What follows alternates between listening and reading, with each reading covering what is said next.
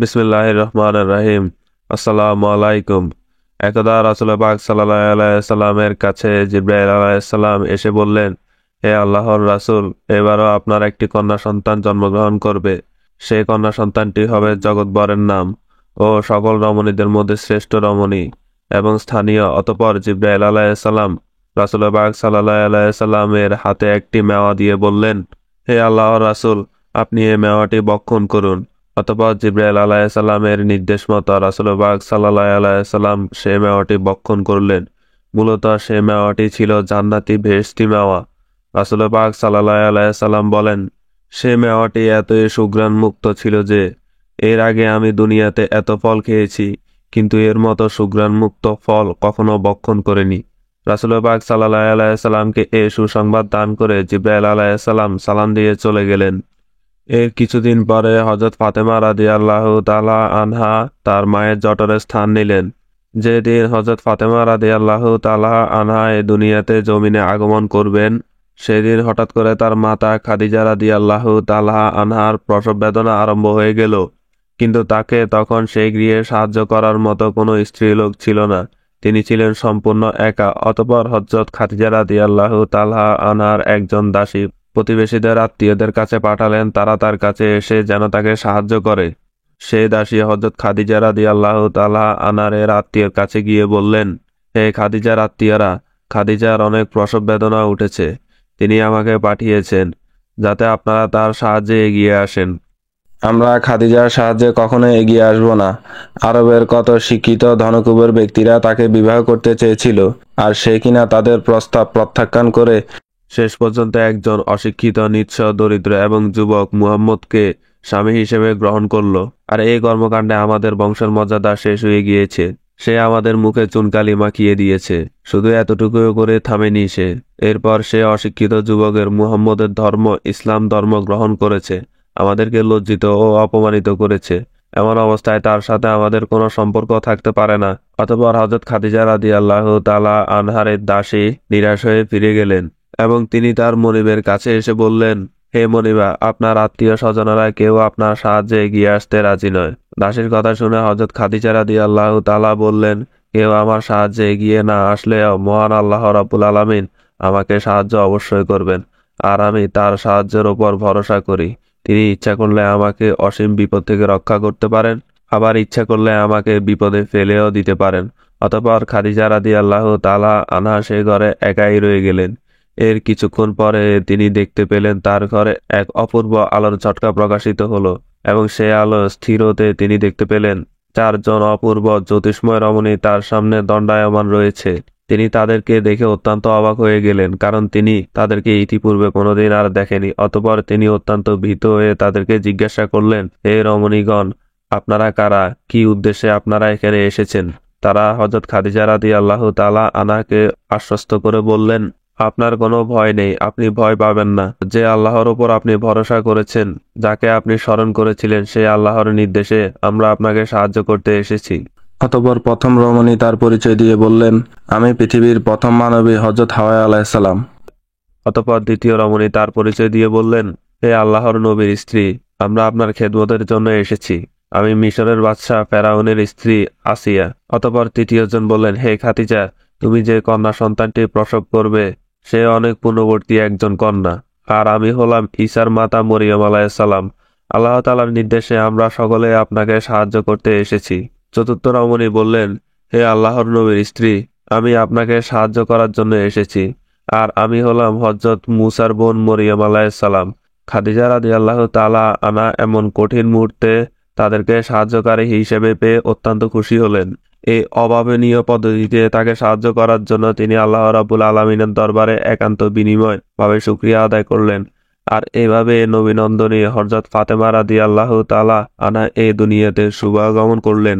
নবীনন্দনী হযরত ফাতেমা রাদিয়াল্লাহু তাআলা জন্মগ্রহণ করার পর ধীরে ধীরে পিতামাতার আদরে বড় হতে লাগলেন। তিনি ছিলেন নারী জাতির একজন মূর্তি, প্রতীক ও আদর্শ। তিনি তার পিতামাতাকে অনেক ভালোবাসতেন এবং শ্রদ্ধা করতেন। বিশেষ করে হযরত রাসূল আকরাম সাল্লাল্লাহু আলাইহি সাল্লামের অনেক বিপদে আপদে তিনি সর্বদা তার পাশে ছিলেন। তিনি তার পিতামাতার কোনো কষ্ট কখনো সহ করতে পারেননি।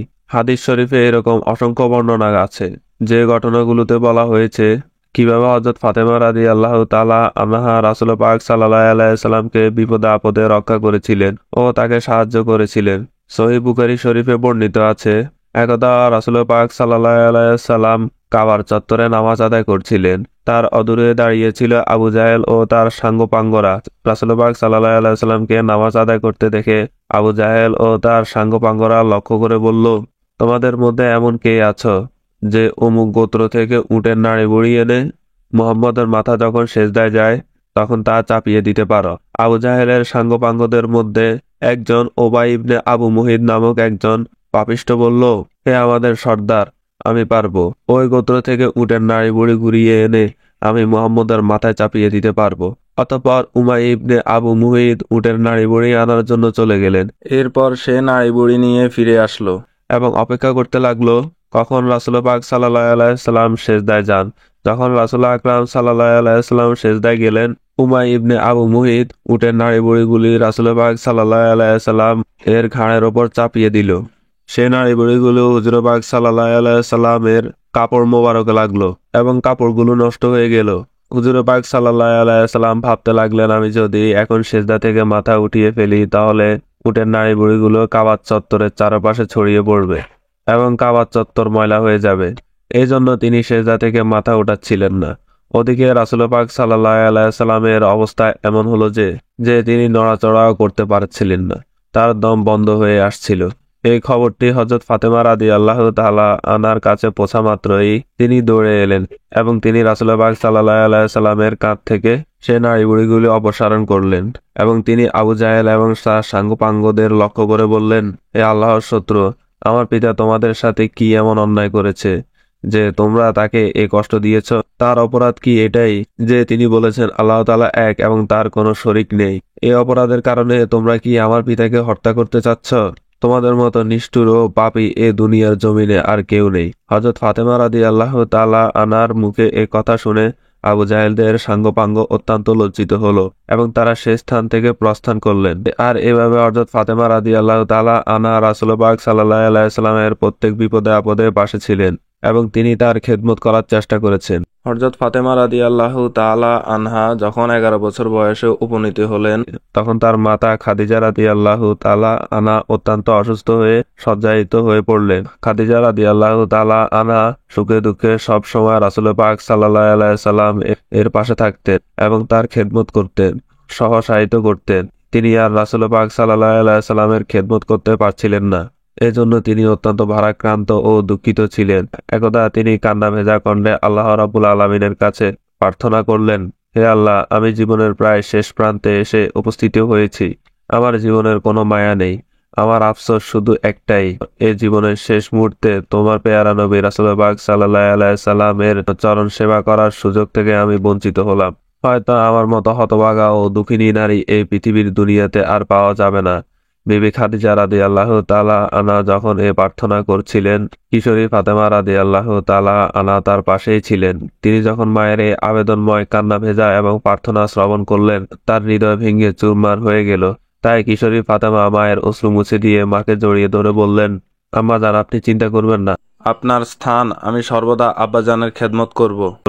আমার জীবন থাকতে আব্বাজানের খেদমতে সামান্য ত্রুটিও হবে না। মৃত্যু পথযাত্রী হযরত খাদিজা রাদিয়াল্লাহু তাআলা আনহা মেয়ের মুখে এরকম কথা শুনে অত্যন্ত আনন্দিত হলেন। অতঃপর তিনি আল্লাহ রাব্বুল আলামিনের কাছে দোয়া করলেন, হে আল্লাহ, তুমি আমার মেয়েকে তোমার প্রিয় বান্দী হিসেবে বানিয়ে নাও। তাকে জগতের বুকে মহামর্যাদা এবং পূর্ণ মাতৃত্ব আসনে উপদৃষ্ট করো। অতঃপর তিনি হযরত ফাতেমা রাদিয়াল্লাহু তাআলা আনহাকে কাছে ডেকে বললেন, ফাতেমা, তুমি আমার প্রাণের মেয়ে, মনে রাখবে এই পৃথিবী হতে আমি চলে যাওয়ার পর কোনো দুঃখ করবে না, বরং সর্বদাই আমার জন্য ক্ষমা প্রার্থনা করবে এবং দোয়া করবে। তবে তোমার কাছে আমার একটি বিশেষ আবেদন হলো, আমার মৃত্যুর পর তোমার আব্বাজানের খেদমত ও সেবা যত্নের দায়িত্ব তুমি গ্রহণ করবে। আমি যেমন তার সেবা যত্ন করেছিলাম, তুমিও তার অনুরূপ সেবা যত্ন করবে, তাকে সুখী রাখার চেষ্টা করবে। মনে রেখো, তোমার আব্বাজানের খেদমত ইহকাল ও পরকালের উভয় কালেরে তোমার কল্যাণ হবে। আমি আল্লাহ রাব্বুল আলামিনের কাছে দোয়া করি, আল্লাহ যেন তোমাকে তোমার পিতার খেদমত করার সুযোগ দান করে এবং তার খেদমতের উসিলায় আল্লাহ পাক রব্বুল আলামিন যেন তোমার সীমাহীন এবং মর্যাদা অদৃষ্টিত করেন। আর এভাবে হযরত খাদিজা রাদিয়াল্লাহু তাআলা আনহা এই দুনিয়া থেকে চিরবিদায় গ্রহণ করলেন। যে বছর হযরত খাদিজা রাদিয়াল্লাহু তাআলা ইন্তেকাল করেছিলেন সে বছরটিকে আমলে হুজুর বা চিন্তার বছর বলা হয়। কেননা খাদিজা রাদিয়াল্লাহু তাআলা আনহা এ বছর ইন্তেকালের মাত্র 3 মাস পূর্বে রাসূল পাক সাল্লাল্লাহু আলাইহি সাল্লামের চাচা আবু তালেব ইহদন ত্যাগ করে পরকালের উদ্দেশ্যে যাত্রা করেন। আর এই কারণে রাসূল পাক সাল্লাল্লাহু আলাইহি সাল্লাম একেবারে একা হয়ে পড়েন। ঘরে ও বাইরে তাকে সান্ত্বনা দেওয়ার মতো আর কোনো লোক ছিল না। বর্তমানে আমরা যে কাহিনীটি শ্রবণ করলাম তা হিজরতের 3য় বছরের কাহিনী। মুসলমানরা মক্কা থেকে মদিনায় হিজরত করে চলে গেছেন এবং 3 বছর অতিবাহিত হয়ে গিয়েছে। একদা হযরত আবু বকর রাদিয়াল্লাহু তাআলা আনহা রাসূল পাক সাল্লাল্লাহু আলাইহি সাল্লামের কাছে গিয়ে বিনীতভাবে আরজ করলেন, হে আল্লাহর রাসূল, আপনি যদি চান তাহলে আপনার কন্যা ফাতেমাকে আমি বিবাহ করতে চাই। আবু বকর রাদিয়াল্লাহু তাআলা আনহার এই প্রস্তাবে রাসূল পাক সাল্লাল্লাহু আলাইহি সাল্লাম চুপ করলেন। তিনি কোনো উত্তর দিলেন না। এটি আবু বকর রাদিয়াল্লাহু তাআলা আনহা বুঝতে পারলেন। রাসূল পাক সাল্লাল্লাহু আলাইহি সাল্লাম তার সাথে হযরত ফাতেমাকে বিবাহ দিতে রাজি নন। অতঃপর একদিন হযরত ওমর রাদিয়াল্লাহু তাআলা আনহা এসে রাসূল পাক সাল্লাল্লাহু আলাইহি সাল্লামকে বললেন, হে আল্লাহর রাসূল, আপনি যদি চান আপনার নয়নের পুতুলিকে হযরত ফাতেমাকে আমি স্ত্রী হিসেবে গ্রহণ করতে চাই। ওমর রাদিয়াল্লাহু তাআলা আনহুর এই প্রস্তাবে রাসূল পাক সাল্লাল্লাহু আলাইহি সাল্লাম কোনো উত্তর দিলেন না। এটিতে হযরত ওমর রাদিয়াল্লাহু তাআলা বুঝতে পারলেন রাসূল পাক সাল্লাল্লাহু আলাইহি সাল্লাম তার কন্যা হযরত ফাতেমাকে তার সাথে বিবাহ দিতে রাজি নন। রাসূল পাক সাল্লাল্লাহু আলাইহি সাল্লাম যেন কার অপেক্ষা করছিলেন, তার জন্য অপেক্ষা করছেন, কিন্তু সে রাসূল পাক সাল্লাল্লাহু আলাইহি সাল্লামের কাছে আসছিল না, কোনো প্রস্তাবও দিচ্ছিল না। তার জন্য না। আল্লামা ইবনে কাসির রহমতুল্লাহ আলাহি সিরাতের নববিয়া নামক কিতাবে এবং বায়াহাতির রহমতুল্লাহ আলাহি তার দালালার নবুয়ত নামক কিতাবে বর্ণনা করেছেন, হযরত আবু বকর ও হযরত ওমর রাদিয়াল্লাহু তাআলা আনহু সহ যখন অসংখ্য সাহাবীগণ রাসূল পাক সাল্লাল্লাহু আলাইহি সাল্লাম এর কাছে ফাতেমা রাদিয়াল্লাহু তাআলা আনহার বিয়ের পয়গাম পাঠাতে থাকলেন, তখন হযরত আলী রাদিয়াল্লাহু তাআলা আনহুর কাছে একজন দাসী এসে তার কাছে গিয়ে বললেন, হে আলী, তুমি কি জানো লোকেরা রাসূলের কন্যা ফাতেমার বিয়ের পয়গাম তার কাছে পাঠাচ্ছেন? আলী রাদিয়াল্লাহু তাআলা আনহু উত্তর দিলেন না, আমি তো একথা জানি না। সে দাসীটি বললেন, হে আলী, তুমি জেনে রাখো রাসূলের কন্যা ফাতেমার জন্য বিভিন্ন জায়গা থেকে বিয়ের পয়গাম আসছে। সবাই বিয়ের প্রস্তাব দিচ্ছে, কিন্তু তুমি বসে আছো কেন? তুমি কেন বিয়ের প্রস্তাব দিচ্ছ না? রাসূল পাক সাল্লাল্লাহু আলাইহি সাল্লাম এর কাছে যাচ্ছ না? আলী রাদিয়াল্লাহু তাআলা আনহু উত্তর দিলেন না। হে আল্লাহর বান্দী, আমার কাছে কি এমন কোন সম্পদ আছে যে সম্পদের বিনিময়ে আমি ফাতেমাকে বিবাহ করতে পারি? আমার কাছে তো কিছুই নেই, আমি একেবারে নিঃস্ব ও অসহায়। সে দাসীটি বললেন, হে আলী, আমার বিশ্বাস তুমি যদি রাসূল পাক সাল্লাল্লাহু আলাইহি সাল্লামের কাছে গিয়ে ফাতেমাকে বিবাহ করার জন্য ব্যক্ত করা, অবশ্যই রাসূল পাক সাল্লাল্লাহু আলাইহি সাল্লাম তোমার সাথে ওনার কন্যাকে বিবাহ দিবেন। তুমি নিজেকে নিঃস্ব মনে করে বসে থেকো না। আল্লাহ রাব্বুল আলামিন তোমাকে অবশ্যই কোনো না কোনোভাবে ব্যবস্থা করে দিবেন। তুমি যাও, রাসূলের কন্যা ফাতেমাকে বিবাহ করার জন্য তার কাছে পয়গাম দাও। আল্লাহ তাআলা পারেন না এমন কোনো কাজ নেই। তিনি তোমার নিঃস্বতাকে অবশ্যই দূর করে দিতে পারেন। অতএব এর জন্য তুমি বসে থেকো না। এভাবে দাসীটি হযরত আলী রাদিয়াল্লাহু তাআলা আনহুর মনে আশার সঞ্চার করতে লাগলেন। দাসীটির এসব কথা অনুপ্রেরণামূলক কথা শুনে আলী রাদিয়াল্লাহু তাআলা রাসূল আকরাম সাল্লাল্লাহু আলাইহি সাল্লামের কাছে গিয়ে এবং তার সামনে তিনি উপবেশন করলেন। তিনি আল্লাহ তাআলার নবীর ভয়ে তিনি তার সামনে কোনো কথা বলতে পারলেন না। তার মুখ দিয়ে কোনো কথা বের হচ্ছিল না। হে আল্লাহর রাসূল, আমি আপনার মেয়েকে বিবাহ করতে চাই। এই কথাটি তিনি মুখ দিয়ে কোনোভাবে বলতে পারলেন না। তাই তিনি মাথা নিচু করে রাসূল পাক সাল্লাল্লাহু আলাইহি সাল্লামের কাছে বসে রইলেন। আলী রাদিয়াল্লাহু তাআলা আনহার এই অবস্থা দেখে পেয়ারা নবী রাসূল পাক সাল্লাল্লাহু আলাইহি সাল্লাম তাকে বললেন, হে আলী, সত্যি করে বলো তো তুমি আমার দরবারে কি জন্য এসেছো? তুমি কি কোনো প্রয়োজনে এসেছো? হযরত আলী রাদিয়াল্লাহু তাআলা আনহু রাসূল পাক সাল্লাল্লাহু আলাইহি সাল্লামের প্রশ্নের উত্তর দিলেন না। তিনি মাথা নিচু করে বসে রইলেন। এরপর রাসূল পাক সাল্লাল্লাহু আলাইহি সাল্লাম তাকে পুনরায় প্রশ্ন করলেন, হে আলী, আমার মনে হয় তুমি ফাতেমার বিবাহের কথা বলতে এসেছো। তুমি কি চাও? আমার মেয়ে ফাতেমাকে বিবাহ করতে চাও? তখন আলী রাদিয়াল্লাহু তাআলা আনহু বললেন, হে আল্লাহর রাসূল, আমি এই উদ্দেশ্য নিয়ে আপনার দরবারে এসেছিলাম, কিন্তু আমার গম্ভীরতার ভয়ে আমি আপনার কাছে এই কথাটি বলার সাহস পাচ্ছিলাম না। আমি চাই আপনার মেয়ে ফাতেমাকে বিবাহ করতে। আপনি যদি অনুগ্রহ করে আপনার নয়নের পুত্রীকে আমার হাতে তুলে দেন তাহলে আমি অনেক কৃতজ্ঞ হব। দয়াল নবী রাসূল পাক সাল্লাল্লাহু আলাইহি সাল্লাম এরই তো চাচ্ছিলেন। আলীর মুখ থেকে এ কথা শোনার জন্য তিনি এতদিন অপেক্ষা করছিলেন। তাই তিনি কাল বিলম্ব না করে বললেন, হে আলী, অবশ্যই আমার মেয়ে ফাতেমাকে তোমার হাতে তুলে দেব। এরপর তিনি তাকে জিজ্ঞাসা করলেন, হে আলী, তোমার কাছে কি এমন কোনো সম্পদ আছে যে সম্পদ তুমি মোহর হিসেবে ফাতেমাকে দিতে পারো? আলী রাদিয়াল্লাহু আনহা উত্তর দিলেন, হে আল্লাহর রাসূল, আল্লাহর কসম করে বলছি, আমার কাছে এমন কোনো সম্পদ নেই যে সম্পদগুলো ফাতেমাকে মোহর স্বরূপ আমি দিতে পারি। আমি একেবারে নিঃস্ব ও অসহায়। তখন পেয়ারা নবী রাসূল পাক সাল্লাল্লাহু আলাইহি সাল্লাম তাকে প্রশ্ন করলেন, হে আলী, আমি যে বর্ম তোমাকে দান করেছিলাম সেটি কোথায়? আলী রাদিয়াল্লাহু আনহু বললেন, হে আল্লাহর রাসূল, আল্লাহর কসম করে বলছি, সেটি আমার নিকটই রয়েছে, কিন্তু তা আর কত মূল্যেরই বা হবে? মাত্র 4 দিরহামের বেশি তার মূল্য হবে না। এরপর দয়াল নবী বললেন, হে আলী, আমি সে বর্মটির বিনিময়ে আমার মেয়ে ফাতেমাকে তোমার সাথে বিবাহ দিলাম। সে বর্মটির মূল্যই হবে আমার মেয়ের মোহর। এখন যাও, সে বর্মটি বিক্রি করে তার মূল্য নিয়ে আসো। সুপারিশের কাণ্ডারি হযরত মুহাম্মদ সাল্লাল্লাহু আলাইহি সাল্লামের পবিত্র মুখের এই কথাটি নির্দেশ অনুযায়ী ইসলামের বীর সৈনিক আশেকে নবী হযরত আলী রাদিয়াল্লাহু আনহু, নবীদুল আলীর কলিজার টুকরা হযরত ফাতেমা রাদিয়াল্লাহু তাআলা আনহাকে শুভ বিবাহের মোহর আদায়ের জন্য খুশি চিত্তে আপন এবং লৌহ বর্মটি বিক্রি করার সিদ্ধান্ত নিলেন। কেবল সিদ্ধান্ত নিয়ে থেমে রইলেন না, বর্মটি বিক্রি করার জন্য উপযুক্ত সন্ধান করতে লাগলেন। কিন্তু অনেক খোঁজাখুঁজি করেও তিনি উপযুক্ত কোনো গ্রাহক পেলেন না। পরের দিন হযরত আলী রাদিয়াল্লাহু তাআলা আনহু বর্মটি নিয়ে রাসূল পাক সাল্লাল্লাহু আলাইহি সাল্লামের দরবারে উপস্থিত হলেন। এই মুহূর্তে প্রিয় নবীজি সাল্লাল্লাহু আলাইহি সাল্লামের দরবারে হযরত আবু বকর সিদ্দিকী রাদিয়াল্লাহু আনহু, হযরত ওমর ফারুক রাদিয়াল্লাহু তাআলা আনহু, হযরত ওসমান জিন নুরাইয়া রাদিয়াল্লাহু তাআলা আনহু সহ আরো অনেক সাহাবীগণ উপস্থিত ছিলেন। প্রিয় নবী সাল্লাল্লাহু আলাইহি সাল্লাম নিজে উপস্থিত সাহাবীদের লক্ষ্য করে বললেন, হে আমার সাহাবীরা, তোমাদের মধ্যে এমন কেউ কি আছো যে উপযুক্ত মূল্য দিয়ে বর্মটি ক্রয় করতে পারো? নবীজি সাল্লাল্লাহু আলাইহি সাল্লামের কথা শোনা মাত্রই কাল বিলম্ব না করে ওসমান বিন নুরাইয়া আনহু দাঁড়িয়ে বললেন, হে আল্লাহর নবী, আমি 480 দিরহামের মূল্য দিয়ে এই বর্মটি ক্রয় করতে চাই। ওসমান রাদিয়াল্লাহু তাআলা আনহুর এ কথা অনুযায়ী প্রিয় নবীজি সাল্লাল্লাহু আলাইহি সাল্লামের বর্মটি হযরত ওসমান রাদিয়াল্লাহু তাআলা আনহুর হাতে দিলেন। আর ওসমান রাদিয়াল্লাহু তাআলা আনহু মনে অনেক খুশিতে নগদ 480 দিরহাম দিয়ে বর্মটি ক্রয় করলেন এবং এই অর্থ প্রিয় নবীজি সাল্লাল্লাহু আলাইহি সাল্লামের সামনে রাখলেন। আল্লাহর নবী দিরহাম নিয়ে হযরত আলী রাদিয়াল্লাহুর হাতে দিলেন। এদিকে হযরত ওসমান রাদিয়াল্লাহু তাআলা আনহু এমন আনন্দ মুহূর্তে অত্যন্ত খুশি হয়ে আলী রাদিয়াল্লাহু তাআলা আনহুকে সে বর্মটি আল্লাহর রাস্তায় জিহাদ করার জন্য দান করে দিলেন।